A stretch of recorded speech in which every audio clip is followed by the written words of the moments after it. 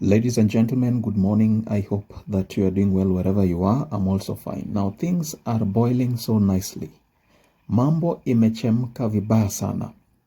There are fresh reports indicating that Raila Odinga is about to get the betrayal of his lifetime from people from within the ODM fraternity. Observations made by political watchdogs are indicating that James Agribob Orengo, the governor of Siaya County, has already completely dumped the ODM party and is coming up with a parallel political party dubbed the New ODM Party.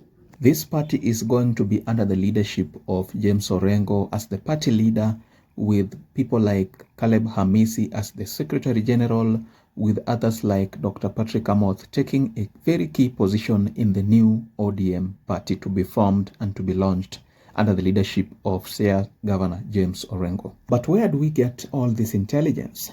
A popular political watchdog has made these statements on X. I will briefly explain why I believe that these allegations are true. This is Maverick Aoko declassifying the new political party to be formed and launched by Governor James Orengo.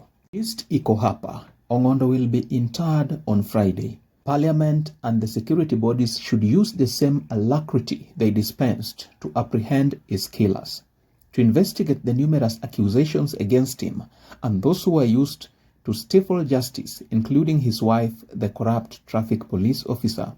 More on that later. Let's get back to Orengo. Kwani hiyo burial ya Were, the hooligan, Luo politics will take center stage. You've discerned, as have I, with amusement and glee, Orengo's piqued criticism of broad sheath.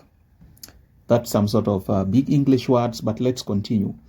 And because Mzee can't directly flay his trenchest ally, his antic Methuselah of a brother has been holding the whip. Jana, Oburu Odinga was at a vernacular radio station saying the caddy of Orengo should quit ODM instead of undermining Raila Ruto handshake.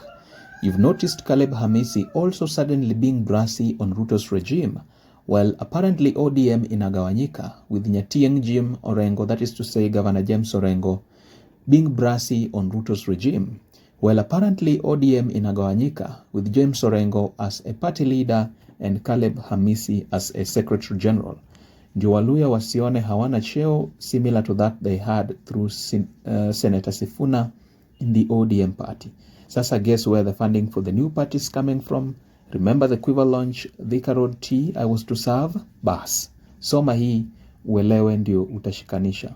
Now, I tend to trust what Maverick Aoko is saying because of late Orengo has been distancing himself from the broad-based government, telling us that the agreement between Raila Odinga and William Ruto is nothing other than greed and political conmanship.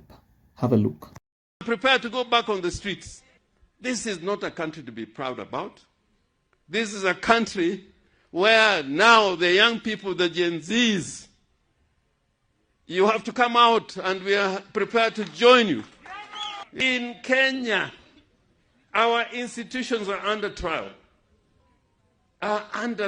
There's no single institution that is not under trial in Kenya. If you go to the Supreme Court, there are a lot of questions that are being raised about the principal judicial organ, the supreme organ in the country called Kenya. Now, the fact that James Orengo was admonishing the Gen Zs and all the other young people to go to the streets is a clear indication that he is against ODM party leader Raila Odinga. And this one can hint to the idea that he is slowly but surely coming up with another political agenda, and that is to say a new political party that will unite all Kenyans and that will not be controlled by the Odinga family. Saboti Member of Parliament Caleb Hamisi has also been very grossy, very harsh with the ODM leadership.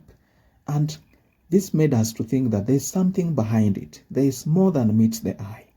And we now believe what Maverick Aoko is saying, that him, together with James Orengo, among others, are plotting to come up with the new ODM party to counter the effects of the broad-based arrangement that has held Kenyans captive. Here's what Caleb Hamisi recently said.